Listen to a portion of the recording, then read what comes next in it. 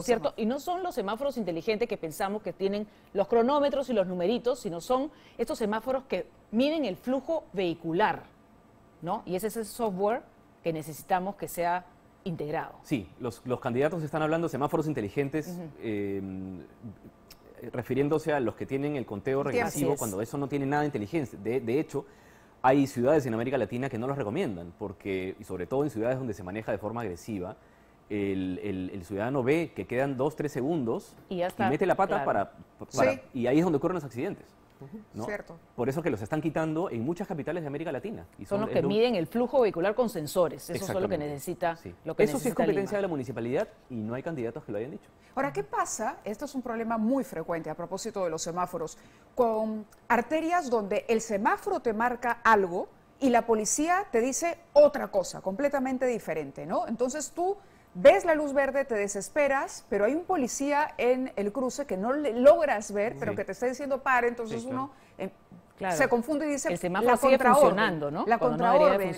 Sí, Lino no me dejará mentir, la ley de tránsito indica que la policía solo puede reemplazar al semáforo cuando este semáforo esté inoperativo o lo tendría que mandar a pagar. Pero en este caso, la policía está reemplazando los semáforos y yo personalmente he visto como ciudadano, pero también he cubierto como periodista accidentes siniestros que ocurren justamente cuando la policía reemplaza el semáforo causando confusión. El peatón ve verde, para el peatón cruza, pero el policía le está dando pase a los autos y ahí es donde se ha atropellado, ¿no? Conversamos muchas veces también, o le informamos también acerca de la impunidad, ¿no es cierto? Estas combis que siguen transitando por Lima con miles de soles en multas que definitivamente finalmente no son llevados a un depósito, y cuando son llevados al depósito, los depósitos pues están llenos de estas unidades. ¿Qué hacer? Ahí hay dos problemas. El primero es la manera como ha sido pensado el sistema sancionador. Primero porque los vehículos no infraccionan solos, o sea, no van solos, no se conducen solos, alguien los maneja. Así es. El infractor es quien los está manejando. Entonces, ¿qué es lo que pasa?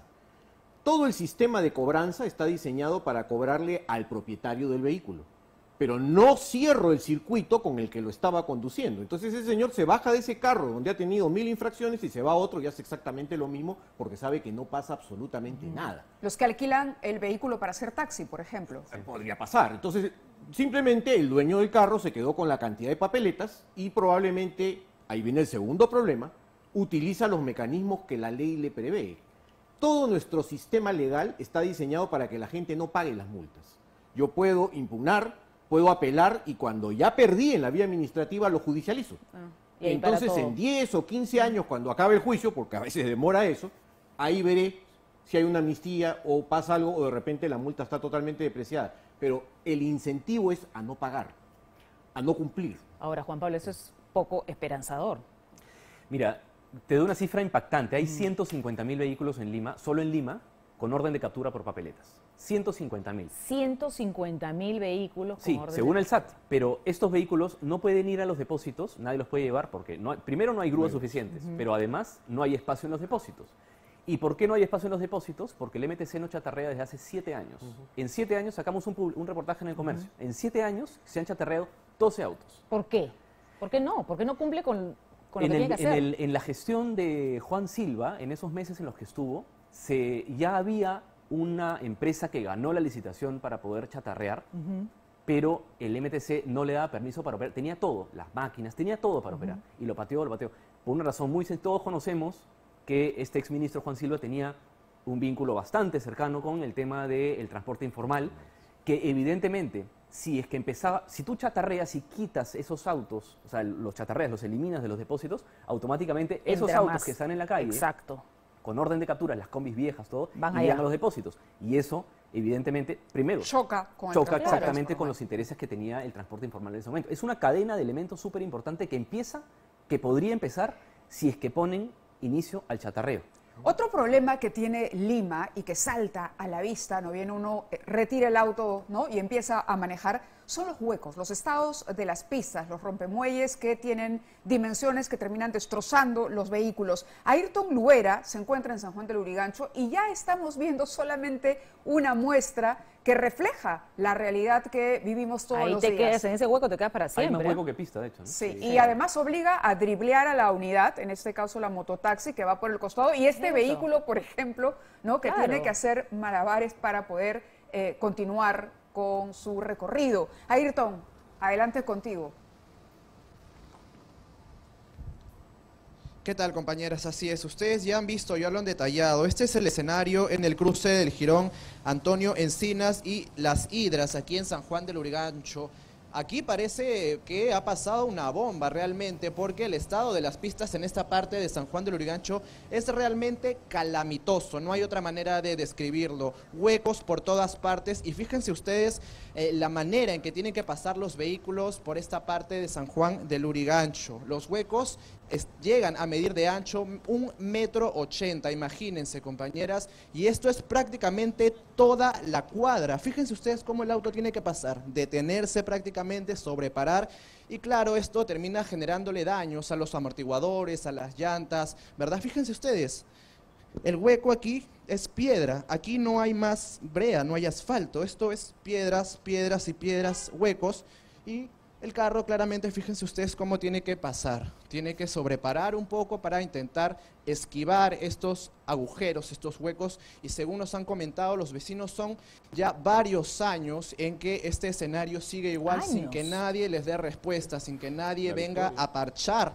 esta parte. Son años desde que se han realizado, según nos detallan, obras de desagüe, ¿no? Y prácticamente el escenario es el mismo. Ha pasado la autoridad por aquí, al parecer ellos no conocen ni siquiera al alcalde de San Juan del Lurigancho. Incluso, compañeras, en el colmo del asunto, ya hemos visto en la semana que vecinos pagan por cámaras de seguridad, que vecinos pagan por vigilantes. Aquí para parchar las los pistas, vecinos han pagado para parchar sus pistas. Este pedazo, digamos, de concreto que ustedes pueden ver aquí es de un vecino que ha tenido que poner su dinero para poder parchar el piso, porque la situación ya se estaba saliendo de descontrol. Al parecer estaba dañando las tuberías, lo que provocaba en todo caso que el agua se salga, y eso lo ha visto obligado a poder, a tener que llenar. Fíjense ustedes, más huecos, y no solamente esta parte, toda esta parte. Fíjense ustedes, aquí está el buzón del desagüe, y los huecos siguen y siguen en esta parte, que además es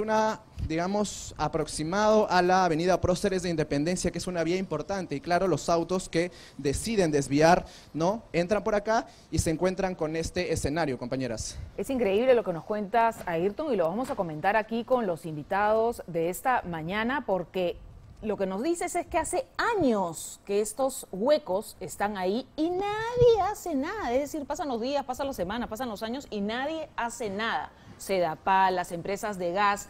¿Quién fiscaliza esto? ¿Dejan esas vías así y se desaparecen y ya nunca más, Juan Pablo? Es interesante porque esto coincide con lo que decía Lino de cómo el transporte y tránsito tienen que trabajar en conjunto.